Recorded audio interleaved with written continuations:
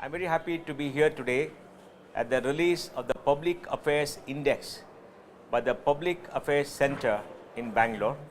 It's the first of its type where every state has been ranked on a variety of parameters in a three-stage process based upon the latest data, taking 3 years as a base.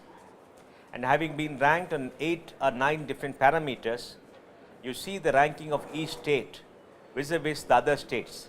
There's been a categorization between large scales and small scale states to make sure that each category of states get its own due.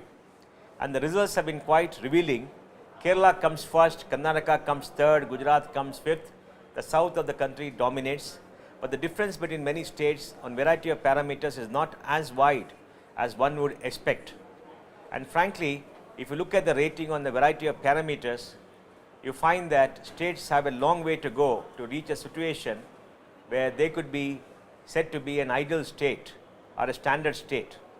But I'm very happy that a huge amount of data has been taken into account with proper weightage based upon the data available from government sources by Dr. Matthew and his team. And this is showing up a mirror to each state administration to understand where they are and what they need to do. I do think that the Public Affairs Center should also carry this forward in the next few years to prepare a state report. Each state should know where it stands on the PI index, and each state should know what step they must take on a variety of parameters to come up to a level which will be much, much better over a period of time, and the strategies they need to evolve.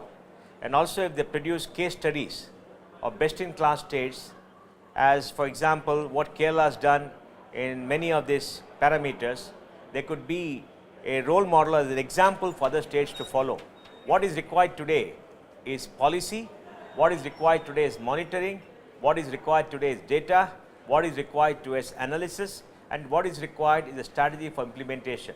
And I think the Public Affairs Index is the first of its time and will go a long way to improving the level of governance in every state.